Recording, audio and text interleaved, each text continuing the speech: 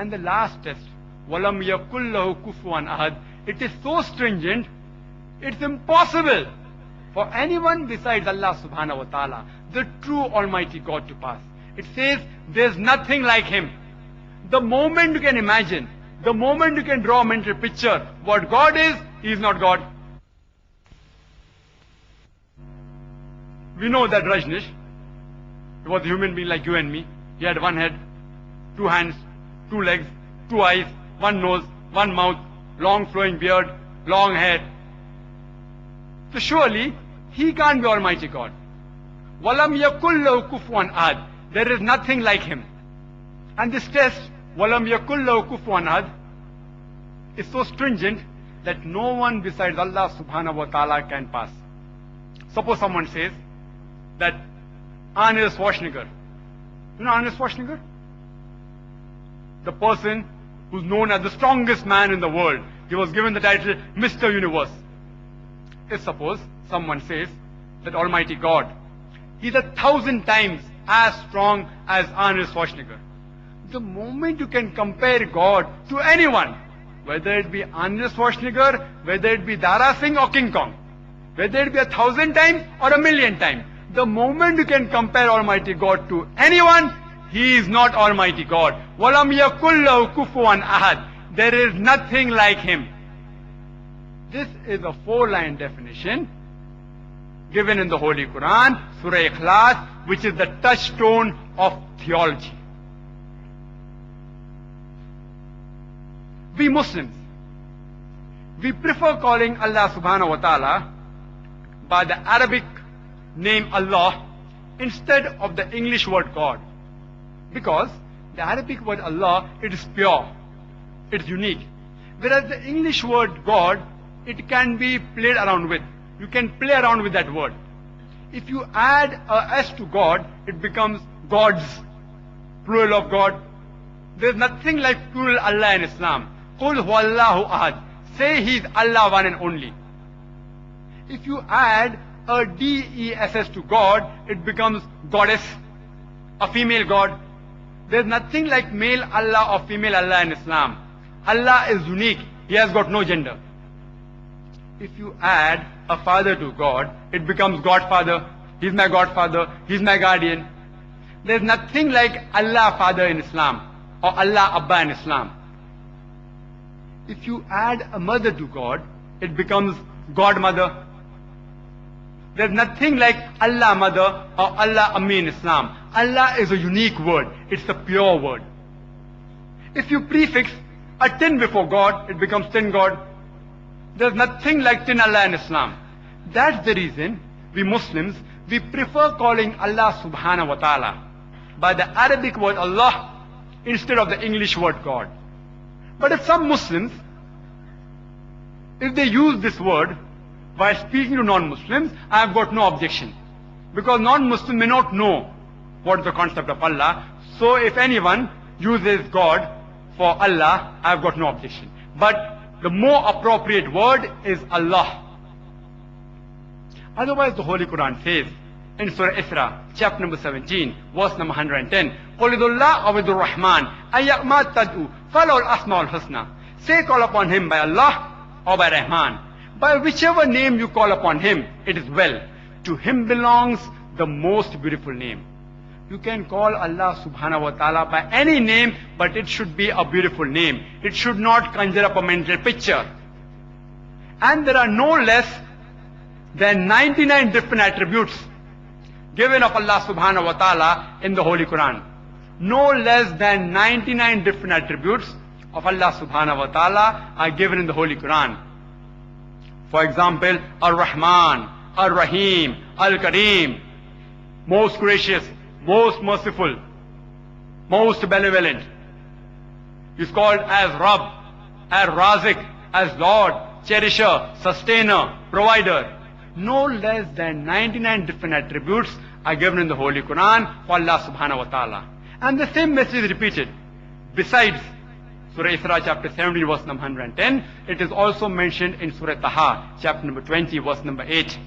In Surah Araf chapter number 7 verse number 180, as well as in Surah Al-Hashr chapter 59 verse number 24, which says, to Allah belongs the most beautiful names. But whatever attribute you give to Allah subhanahu wa ta'ala, to Almighty God, it should be a unique attribute. It should only refer to Him and to no one else. And if we reverse the order, it should yet point out to Allah subhanahu wa ta'ala. For example, I am 5 feet 11 inches tall. I wear spectacles. I live in Bombay. If someone says that Dr. Zakir Naik is 5 feet 11 inches tall, it's a correct characteristic. But if we reverse it, who is 5 feet 11 inches tall? You will find more than 1,000 people who are 5 feet 11 inches tall. It doesn't point specifically to me. It's not unique. If you say Dr. Zakir Naik wears spectacles, it's correct. But it's not unique. Because if you reverse it, who wears spectacles? There will be more than 1,000 people who wear spectacles. If someone says Dr. Zakir Naik lives in Bombay, he's right. But it's not unique. Who lives in Bombay? More than 1 million people live in Bombay.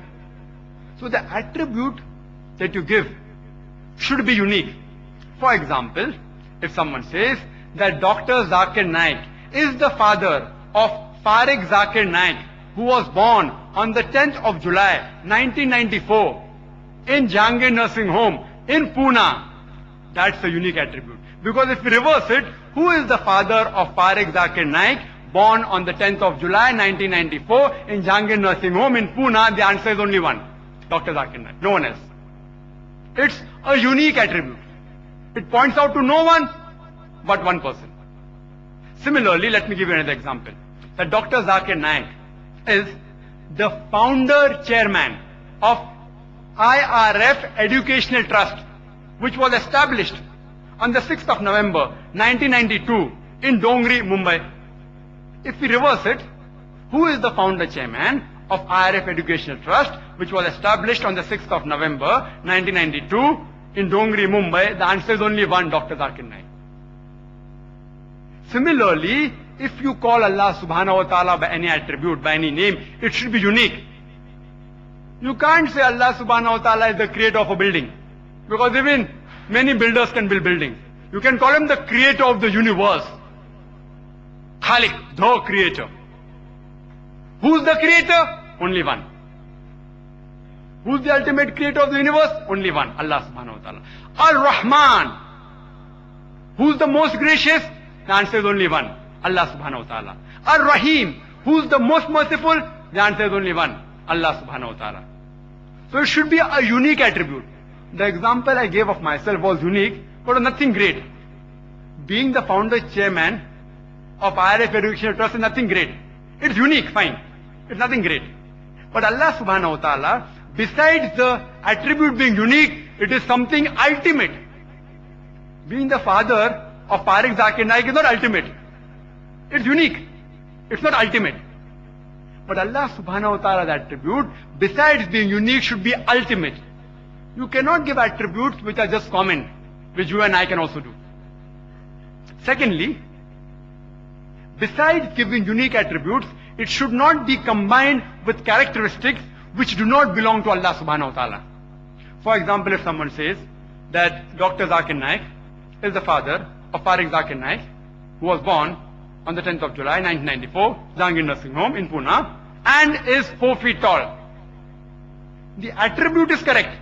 I am the father of the person who he said, but I am not 4 feet tall. I am 5 feet 11 inches tall. If someone says Allah subhanahu wa ta'ala, Almighty God, is a creator, but He has got a human form like you and me, one head, 2 eyes, 1 nose, 1 mouth, 2 hands. The creator attribute is correct, but the characteristic of a human form is wrong. So besides the attribute being unique, it should not be mixed up with false attributes. And the third is that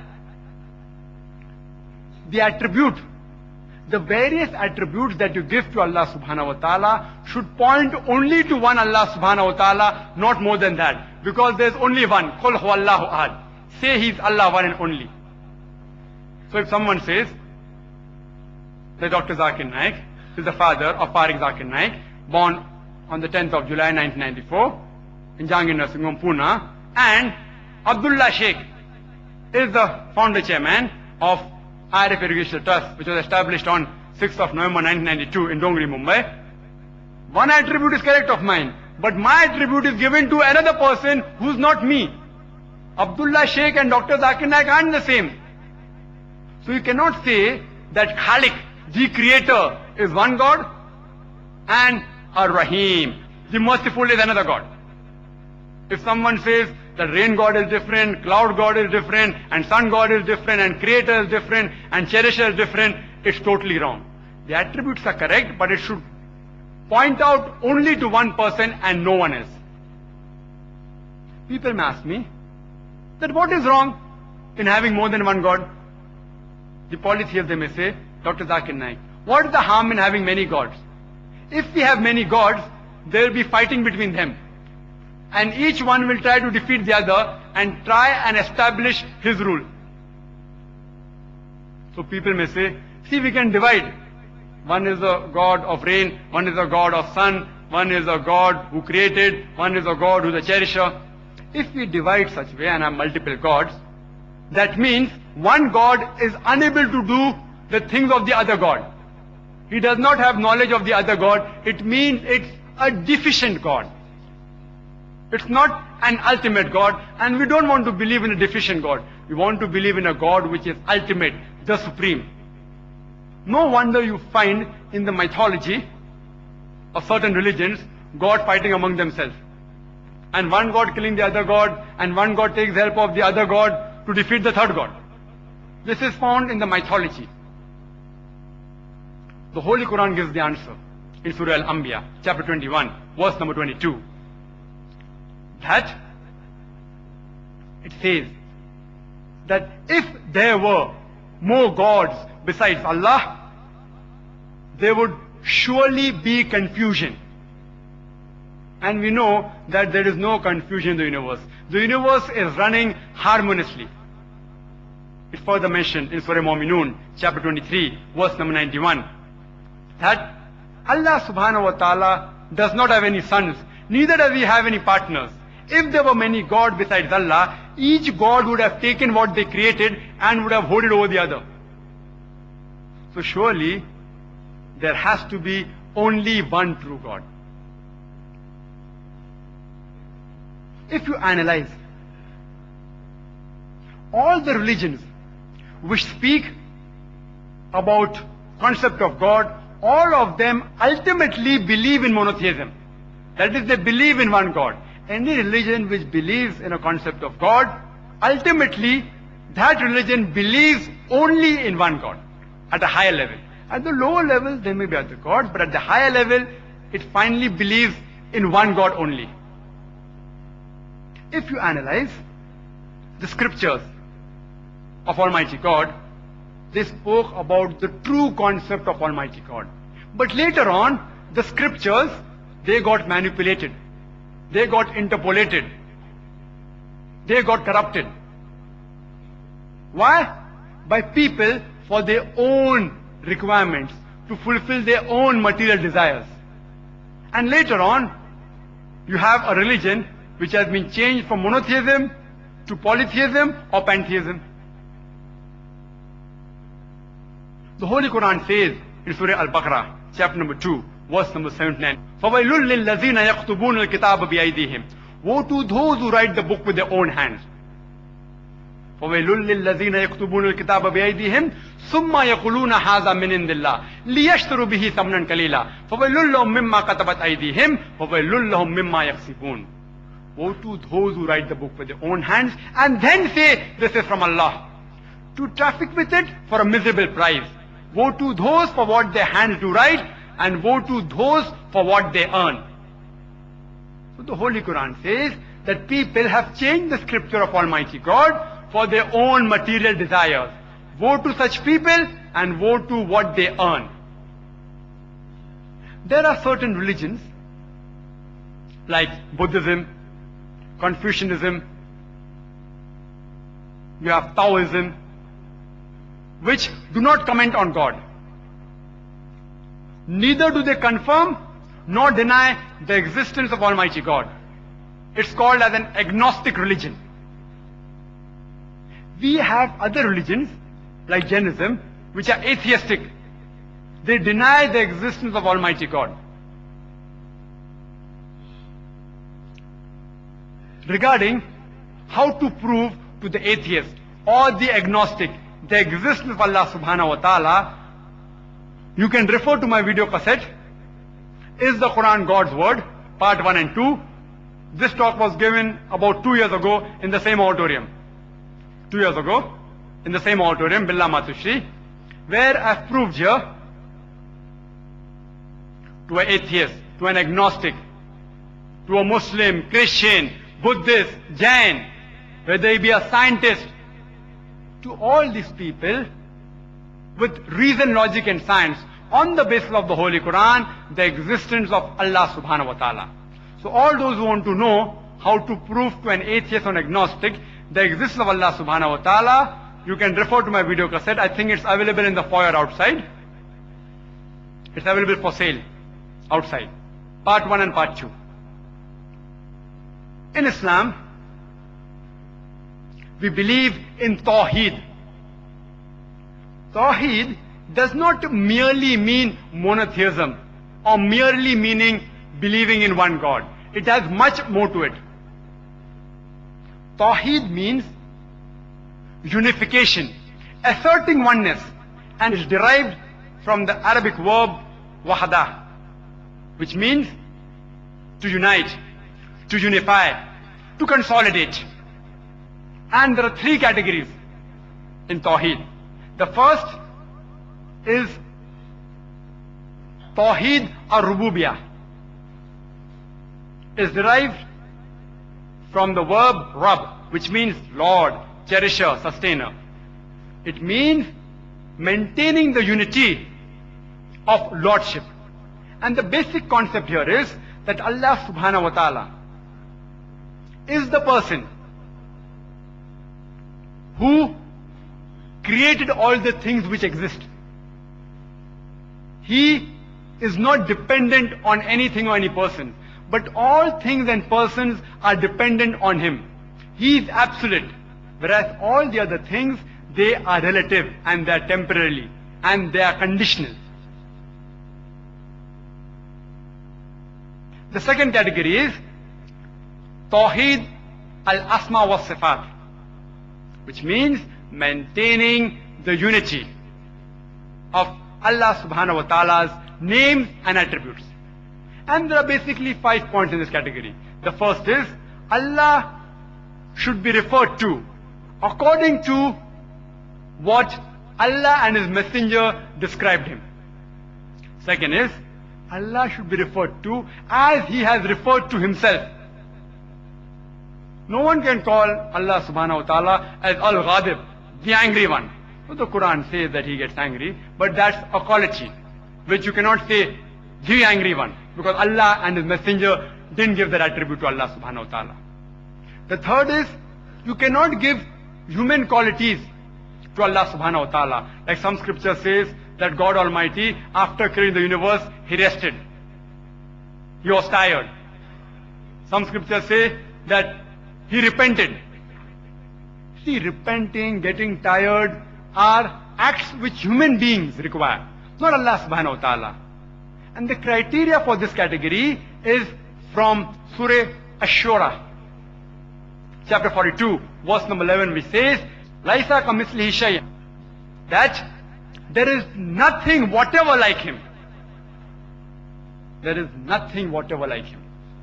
And the verse continues, He is the seer and hearer of all things. But this seeing and hearing cannot be compared with what we human beings see and hear. Because for us to hear, we require sound waves. We require a ear apparatus. God Almighty does not require all these things. So Allah subhanahu wa ta'ala sees and hears in a different way as compared to what we human beings see and hear. The fourth point is that Allah subhanahu wa ta'ala's attribute cannot be given to any of His creatures.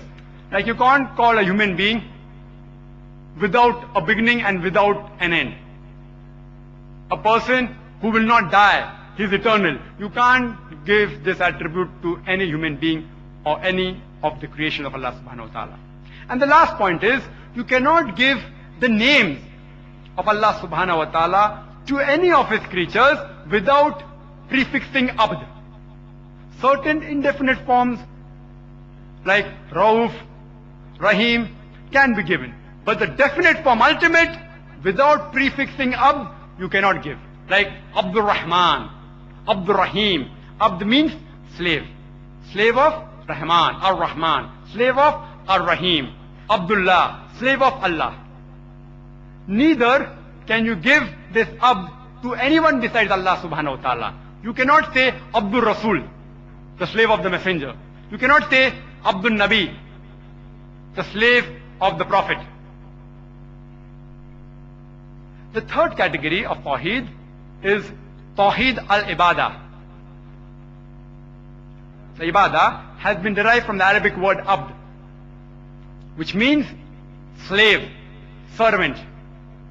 Ibadah means to worship. But many people have the misconception that worship merely means offering prayers.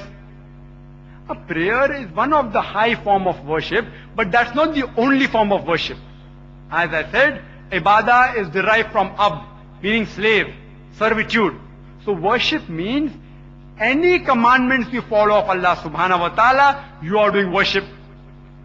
Anything which you do not do, what Allah has asked you not to do, that is Ibadah. So Ibadah is not merely prayers, it has much more to it. Obeying the commandments of Allah subhanahu wa ta'ala is Ibadah. Without following the third category of Tawheed al-Ibadah, which is maintaining the unity of worship, following the first two categories only is useless.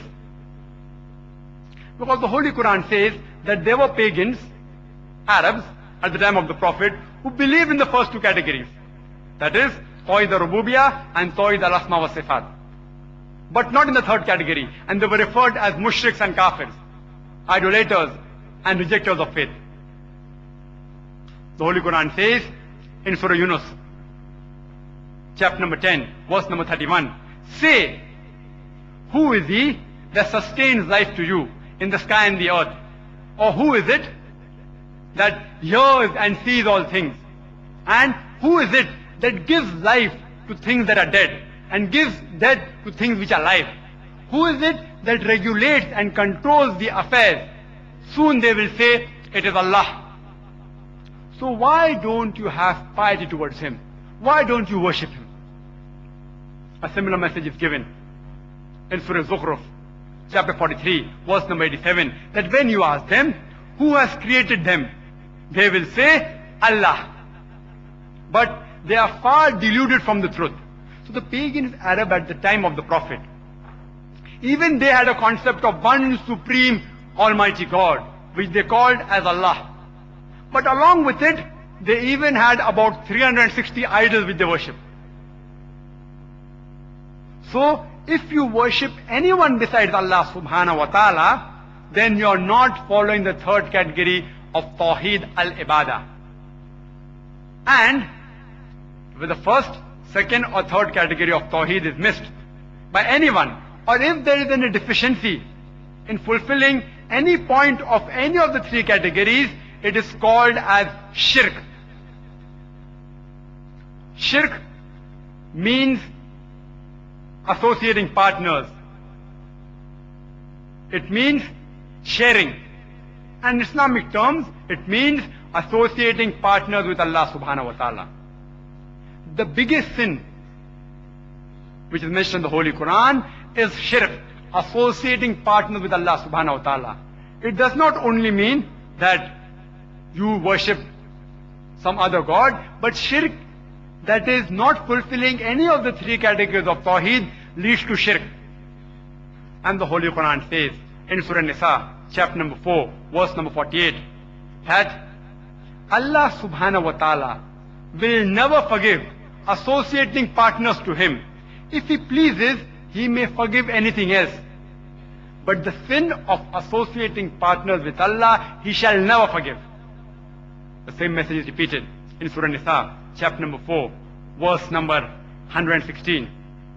That those who do the sin of joining gods with Allah, Allah subhanahu wa ta'ala will never forgive them. Anything else, if He pleases, He may forgive. But all those who join gods with Allah, they have strayed far away from the truth. It's mentioned in Surah Ma'idah chapter 5 verse number 72.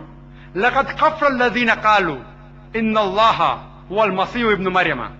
That they are doing kufr.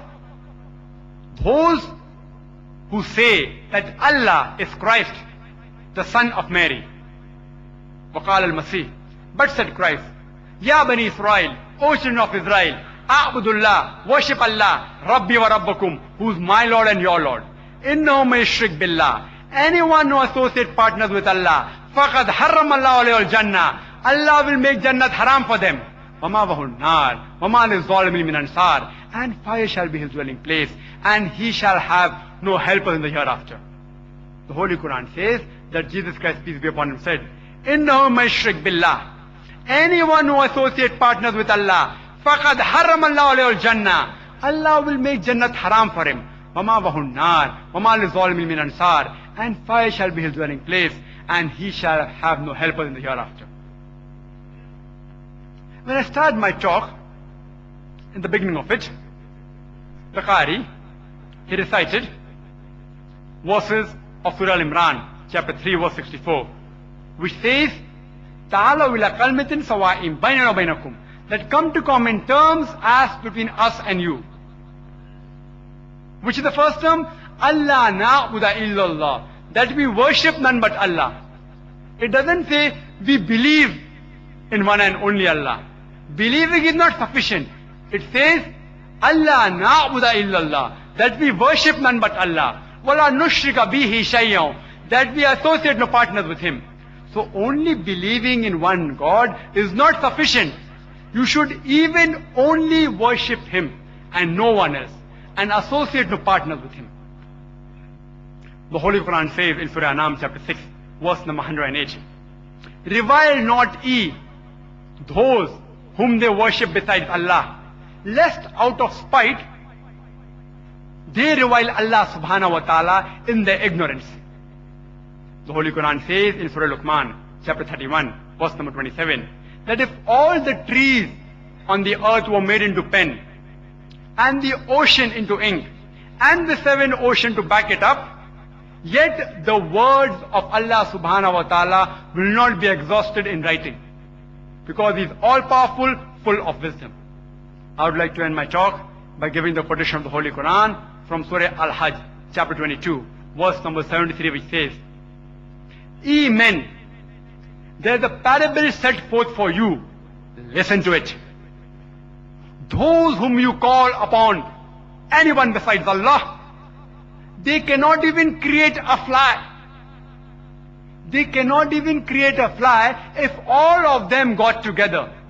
And if the fly took away something from them, they cannot even release from it. Feeble are those who petition, feeble are those on whom they petition. Wa akhiru da'wana alhamdulillahi rabbil alameen.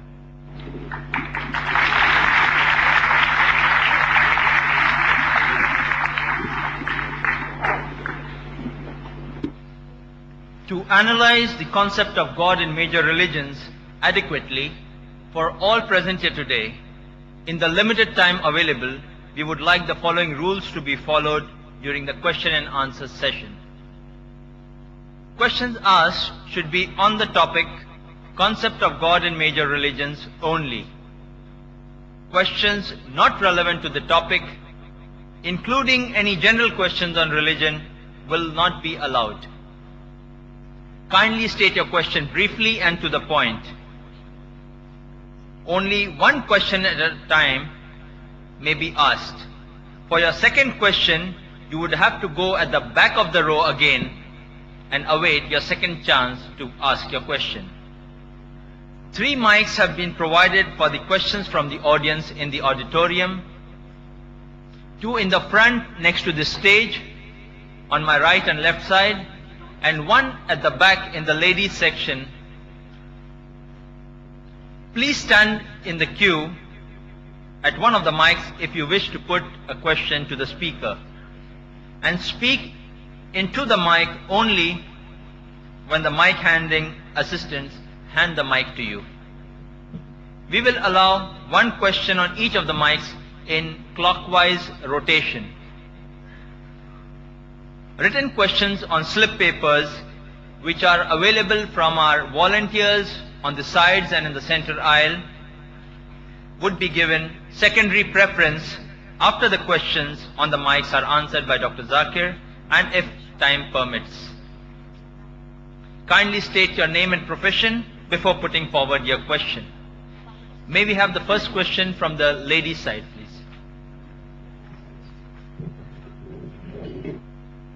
Assalamu alaikum. I'm Sabah Bakai from Delhi, and my question to Mr. Zakir uncle is, the Christian concept of the God is a Trinity, the Father, the Son and the Holy Ghost. But these three are one. Does this mean that they believe in only one God?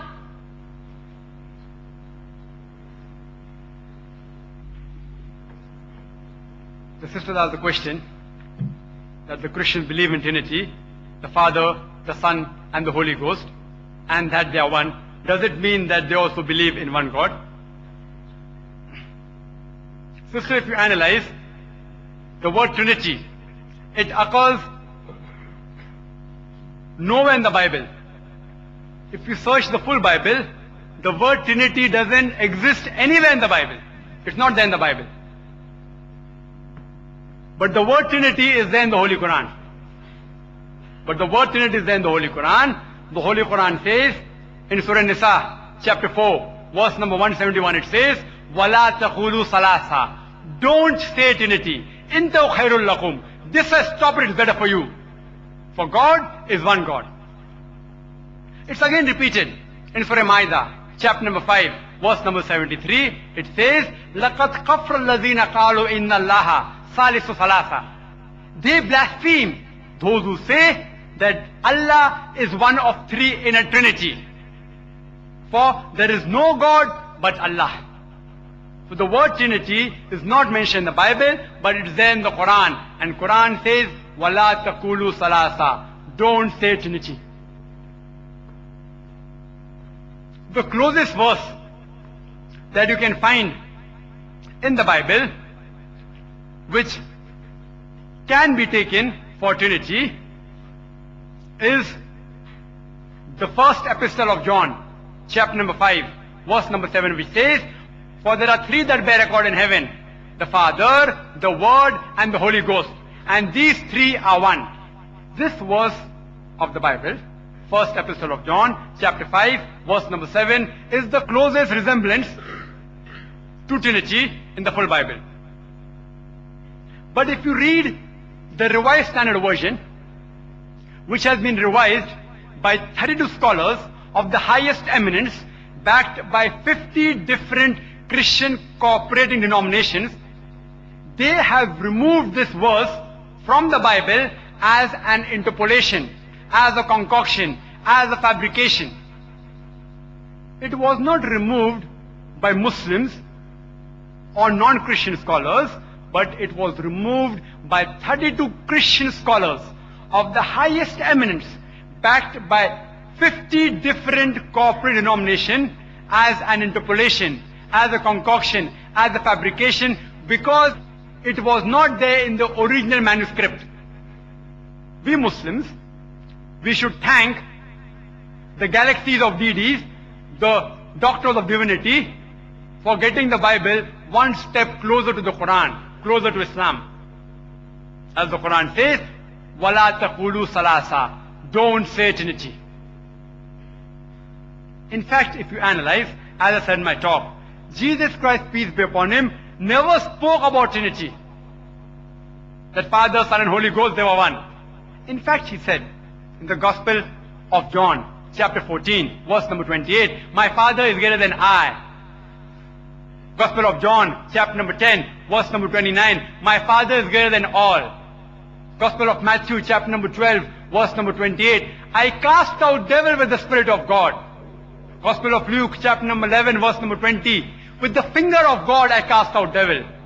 Gospel of John, chapter number 5, verse number 30. I can of my own self do nothing. As I hear, I judge, and my judgment is just. Because I seek not my will, but the will of thy Father who has sent me. He never spoke about Trinity. In fact, when he was asked that which is the first of the commandments, he said, it's mentioned in the Gospel of Mark, chapter number 12, verse number 29, Shama Israelo, Adnai Lahaino Adnai Chad, which means, hear, O Israel, the Lord, our God, is one Lord. But if you ask the Christian church, in the catechism, they tell you that the Father is a person, the Son is a person, and the Holy Ghost is a person. But they aren't three persons, they are one person. Person, person, person, but not three person, one person. What language is this? 1 plus 1 plus 1 is equal to 3. It's not equal to 1. 1 into 3 is 3, not 1. So when we ask them that suppose there are 3 triplets, identical triplets. If one of them commits murder, can you hang the other? They say no. Then you ask them why? Because each one has a different personality. If one of the triplets commit murder, you can't hang the other because each one has a different personality. And when the Christian, when they think about the Father in heaven, they think like an old man, like Santa Claus, sitting in the heaven on one of the planets with the earth as his footstool. When they think about the Son, that Jesus Christ, peace be upon him, they think of a tall man who is fair, who has got blonde eyes, like Jeffrey Hunter. You see in the movie King of Kings, he did the acting of Jesus Christ, peace be upon him, Jeffrey Hunter. They have a certain mental picture. When they talk about Holy Ghost, they think of a dove, as the Bible says, which came upon Jesus Christ, peace be upon him, when he was baptized. Or they think it like a spirit that came at the feast of Pentecost, which is mentioned in the Bible. But when you ask the Christian that when you speak about Trinity, how many pictures do you have in your mind? The Christian will tell you 1. Believe me, he is lying to you. Because 1 plus 1 plus 1 is 3, it is not 1. Hope that answers the question. Assalamu alaikum. My name is Muhammad Javed, and my question is, why can't God not take a human form?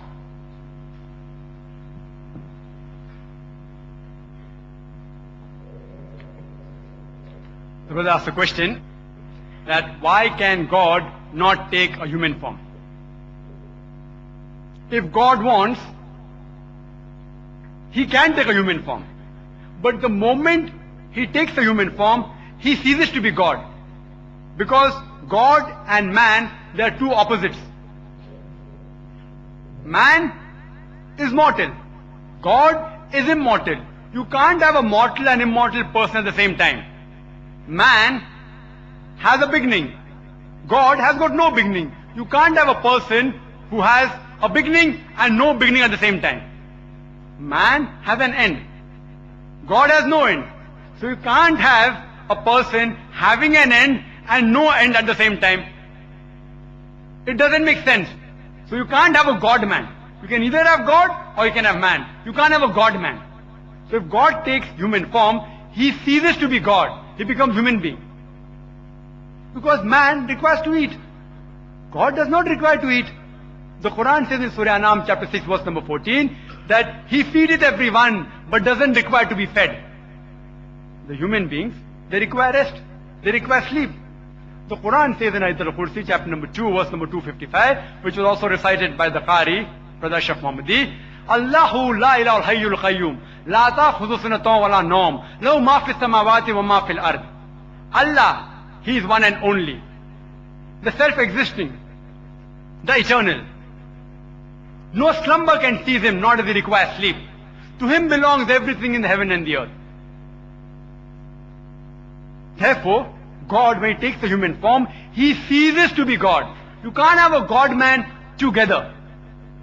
And if a God becomes human being and gives up his quality and becomes man, why should you worship a human being? Because he has same power than you and me. People will want to worship you and me also then.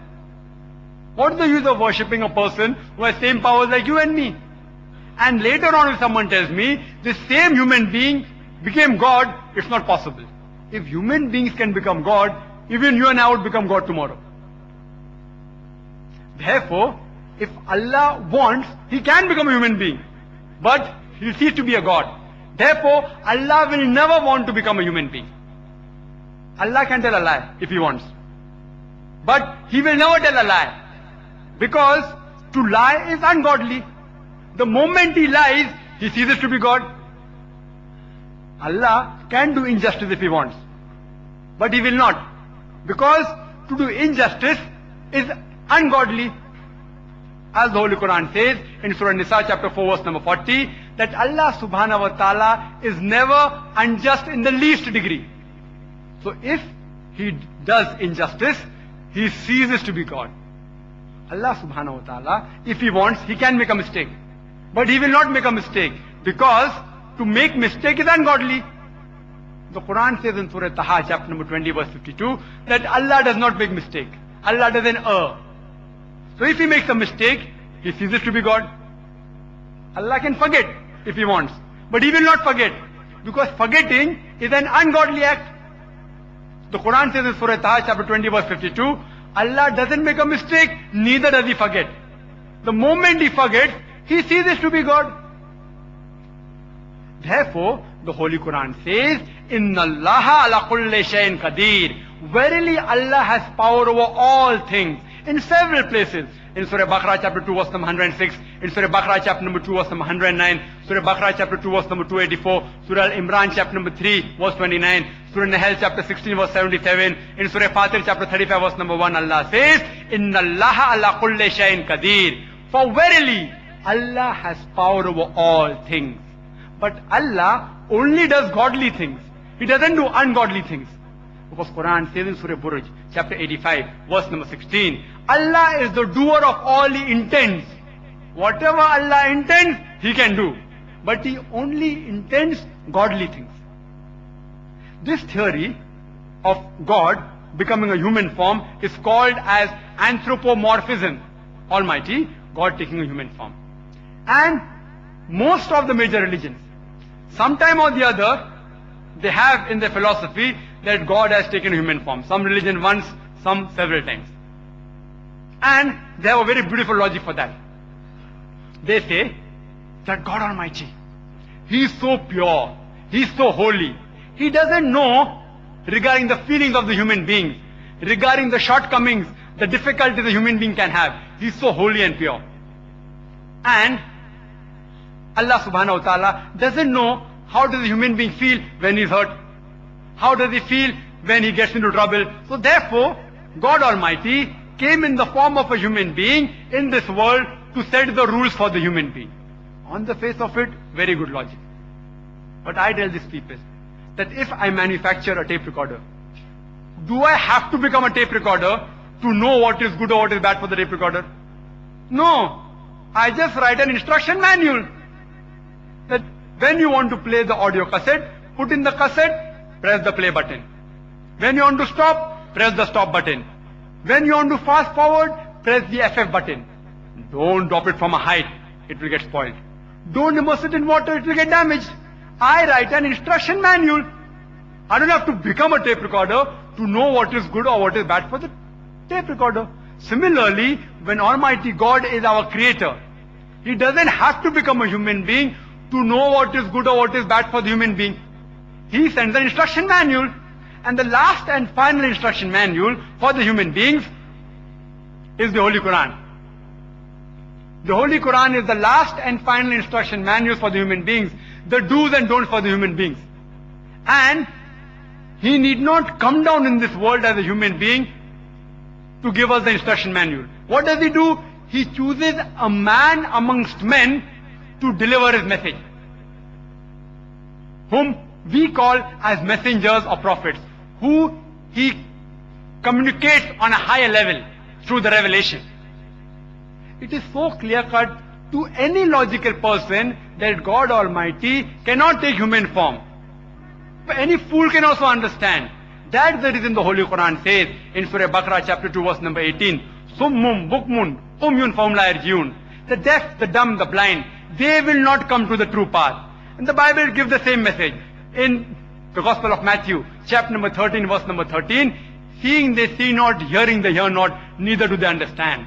Rig Veda also gives the same message. In book number 10, chapter number 71, verse number 4, that though they see the word, they see it not. Though they hear the word, they hear not.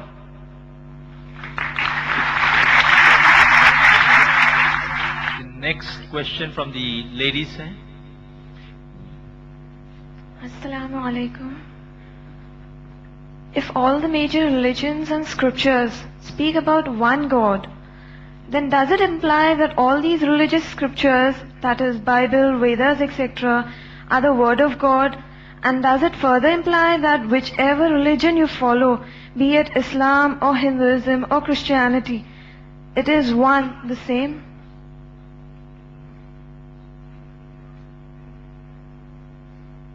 The sister asked the question that I have quoted so many various scriptures and proved about the concept of Almighty God, that is monotheism.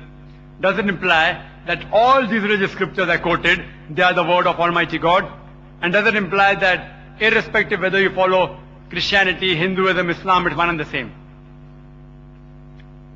Sister, many people have the misconception that Islam came into existence and the founder of the religion of Islam was Prophet Muhammad, peace be upon him, 14 years ago. In fact, Islam is there in existence since time immemorial, since man set foot on the earth.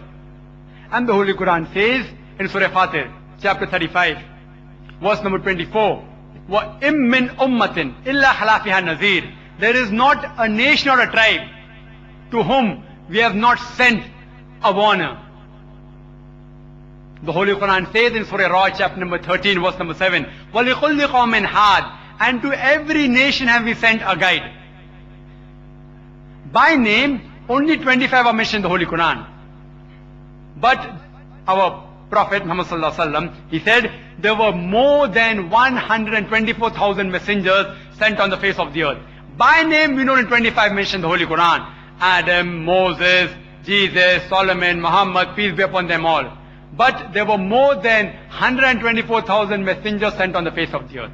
Similarly, by name, we know only 4 revelations of Allah subhanahu wa ta'ala, of Almighty God. The Torah, the Zabur, the Injil and the Furqan. Torah is the Wahi, the revelation which was given to Moses, peace be upon him. Zabur is the Wahi, the revelation which was given to David, peace be upon him. Injil is the Wahi, the revelation which was given to Jesus, peace be upon him. And Furqan, that's the Holy Quran, is the last and final revelation which was given to the last and final messenger, Prophet Muhammad, peace be upon him. But if you analyze that all the other scriptures, whether are they the word of God or not? Bible, can I say it's the word of God or not? We believe in the Injil, the Wahi which was given to Isa alayhi salam. This Bible that the Christians have today is not the Wahi which we believe in. This Bible does contain the word of God. It also contains the word of prophet and also words of historian as well as pornography. It's totally not the word of God. No wonder the Christian scholars, they are keeping on revising the Bible. We believe in the original Wahi given to Isa alayhi salam, but the present Bible is not the correct Wahi. It may contain part of the Wahi. How to check up which part is true? You have to check it with the Furqan. And the Furqan is the Holy Quran. Similarly, if you analyze all the messengers that were sent before Prophet Muhammad, peace be upon him, all the revelations that came before Holy Quran, all of these revelations and these messengers were only sent for their people. And the message was supposed to be followed only for a particular limited time period. As the Holy Quran says in Surah Al-Imran chapter 3 verse 49, that Isa alayhi salam, he was sent only for the Bani Israel. The message is repeated in Surah Saf chapter 61 verse number 6, that Isa alayhi salam, the son of Mary, was sent only for the Bani Israel, the children of Israel. The same message is given in the Bible, in the Gospel of Matthew, chapter number 10, verse number 5 to 6, that Jesus Christ, peace be upon him, tells his disciples that go ye not into the way of the Gentiles. Who are the Gentiles? The non-Jews, the Hindus, the Muslims. go ye not into the way of the Gentiles, but rather go to the lost sheep of the house of Israel. That means he was only sent for the house of Israel. Jesus Christ, peace be upon him, said, it's mentioned in the Gospel of Matthew, chapter number 15, verse number 24, that I have not been sent but to the lost sheep of the house of Israel. So all the messengers and all the revelations, by name only 4 revelations are given in the Holy Quran.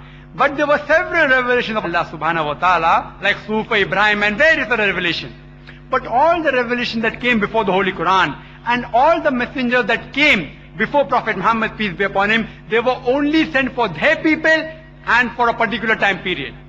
But our beloved Prophet Muhammad, peace be upon him, the Holy Quran says in Surah Al-Anbiya chapter 21 verse number 107, it says, وَمَا أَرْسَلْنَاكَ إِلَّا رَحْمَةً لِلْعَالَمِينَ, that we have sent thee not but as a mercy to the whole of humankind, as a mercy to all the worlds, as a mercy to all the creatures.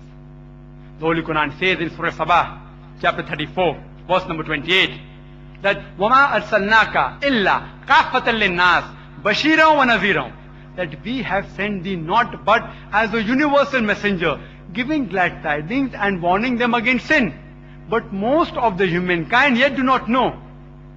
Similarly, all the religious scriptures that were sent by Allah subhanahu wa ta'ala that came before the Quran were only meant for that people and for a particular time period. But the Holy Quran, it says in Surah Ibrahim chapter 14 verse 52, as well as Surah Baqarah chapter 2 verse 185 and Surah Al-Zumur chapter 39 verse number 41, that it was sent for the whole of humanity.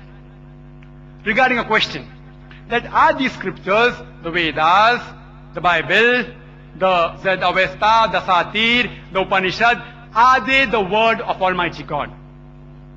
What I can say, that we believe in Injil as the word of God, but the present Bible is not the word of God. Regarding Veda, Upanishad, Gita, Zed Avesta, the Satir, I can say maybe they were the word of God, maybe. I cannot say for sure. Since the Quran does not say that Veda is the word of God, I cannot say for sure. I can only say maybe they were word of God. But even if they were the word of God, all the scriptures besides the Holy Quran have been changed by human beings. They have been corrupted. As a famous critic of Islam, William Muir, he said 2 centuries before that the only religious scriptures which has maintained its purity is the Holy Quran for 12 centuries. William Muir, who is a very strong critic of Islam, he had to agree that this Quran has maintained its original purity for 12 centuries. He said this 200 years before. So, regarding the messengers, whether Ram, whether Lakshman, all these, were they messengers of God or not? Jesus Christ, peace be upon him, he was, because the Quran says. But the name of Ram and Buddha and Zoroaster is not mentioned in the Quran. So what I can say, maybe they were, I don't know. But even if they were only meant for that time. And they were only supposed to be followed by that particular people. The scriptures that came before the Quran, they were only meant for a particular group of people and they were only meant to be followed till that time. So even if they were words of God, even if the previous messengers were messengers of God, you only have to follow the last and final messenger, that is Prophet Muhammad, peace be upon him. Even if the other scriptures were the word of God, today you have to follow the last and final message of Allah subhanahu wa ta'ala, that's the Holy Quran and nothing else. Regarding, can you be a Christian, Hindu, Muslim, it's the same? No, sister. It's not the same. Why? Because if you analyze, the Holy Quran says in Surah Al-Imran chapter 3, verse number 52, that Jesus, peace be upon him, he was a Muslim. Same thing as the Bible says in Gospel of John chapter 5, verse number 30. I seek not my will, but the will of my Father. If you translate into Arabic, not my will, God's will, it is nothing but Islam. He was a Muslim. Abraham, peace be upon him, the Holy Quran says in Surah Al-Imran chapter 3 verse 67, he was not a Jew or a Christian, he was a Muslim. So today if you have to choose any religion, the Holy Quran says in Surah Al-Imran chapter 3 verse number 19, Inna Dina Indallahi al-Islam. The only religion acceptable in the sight of Allah subhanahu wa ta'ala is Islam. Though the other religions speak about monotheism, only monotheism is not sufficient. You have to believe in Tawheed. You have to do the ibadah of Allah subhanahu wa ta'ala. That's why the Holy Quran repeats the message in Surah Al-Imran, chapter 3, verse number 85, that if anyone desires any other religion besides Islam, submitting the will to Allah subhanahu wa ta'ala, it will not be accepted of him. And in the hereafter, he'll be among the losers. Hope that answers the question. Assalamu alaikum. I'm Azam Khan and a mechanical engineer by profession. First, I congratulate you for the beautiful speech you have delivered. Now my question is, water is called by different names in different languages. Like in English as water, in Hindi as pani, in Tamil as tani. Similarly, if God is either called Ram or Jesus, is it not one and the same?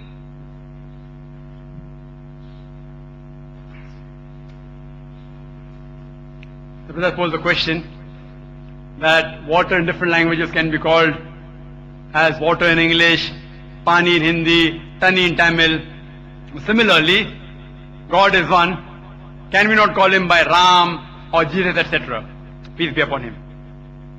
As I mentioned in my talk, the Holy Quran says in Surah Isra, chapter 17, verse number 110, Qulidullah abidur Rahman, ayatma tadu, falawal asma'ul husna. Say, call upon him by Allah or by Rahman. By whichever name you call upon him, to him belongs the most beautiful name.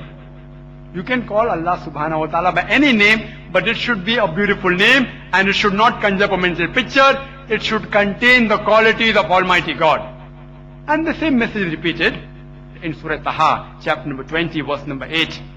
In Surah Araf, chapter number 7, verse number 180. As well as in Surah Al-Hashr, chapter 59, verse number 24, which says, to Allah belongs the most beautiful names.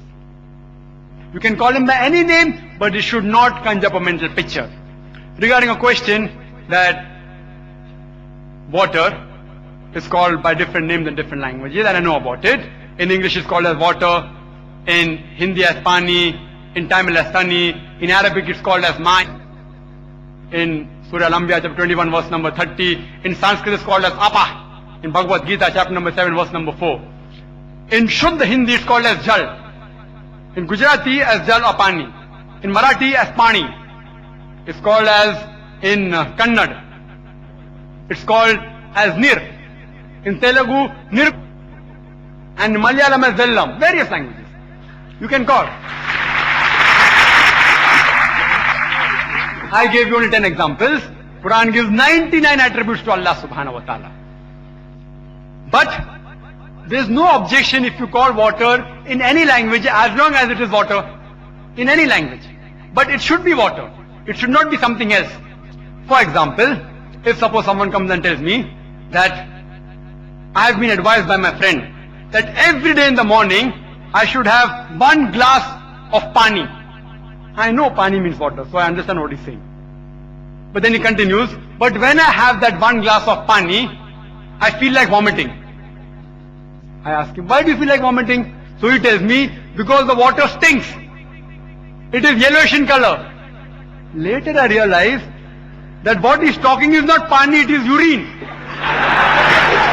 So somebody told him that you have 1 glass of urine, but the name he gave was pani. So you can call water by pani, tani, mani, apa, pani, no problem. But it should be water. You can call water by any name. But anything else beside water, neither can you call it water, neither can you call it pani, neither can you call it tani, neither can you call it as mani. Water as water you can call, but something else as water you can't call. People may think that what? An illogical example. Even an ignorant person can make out the difference between urine and water. Only a fool will not know the difference between urine and water. And I agree with them. That even an ignorant person knows the difference between urine and water. Similarly, those people who know the concept of Almighty God, the correct concept, they say that these people who worship false God, they are not only ignorant, they are foolish. Can't they differentiate between a true God and a false God? You give it any name, but if it's a true God, you can give it the name of God. If it's not a true God, you are giving false God the name of God. Aren't they foolish? They are foolish. For example, if you want to buy some gold, there's a person who comes and wants to sell his gold jewelry to you. And he says, this is 24 karat sona. You know that sona in Hindi means gold. In Arabic it is zahaba. You know it very well. But even after knowing that sona in Hindi is for gold, yet you will not just buy it like that. You will verify whether the sona what is calling 24 karat sona, is it actually 24 karat gold or not. You will not just buy it off. What will you do? You will go to a goldsmith and verify whether it is actually 24 karat sona or not. And after verifying with the touchstone, I give the example of touchstone in my talk. He tells you it is fake. Though the jewelry was glittering, but all that glitter is not gold. You will verify before buying the sona whether it's actually sona or not. Why? Because you have to pay money for it. You don't want to lose. Because if you lose 1,000 rupees or 10,000 rupees, it's precious. So why don't you do the same when anyone says this is God? You check it up with the touchstone. Which is the touchstone? Surah Ikhlas. Chapter number 112, verse number 1 to 4, which says, Qul huwallahu ahad. Say He is Allah one and only. Allahu samad. Allah the absolute eternal. Lam yalid wa lam yulad. He begets not nor is begotten. Wa lam yakul lahu kufuwan ahad. There is nothing like Him. So anyone says this is God, you first check it up with the touchstone whether actually is God or not. If he fits in that definition, we have got no objection accepting that person who they are calling as Almighty God. For example, suppose some lunatic, he says that Muhammad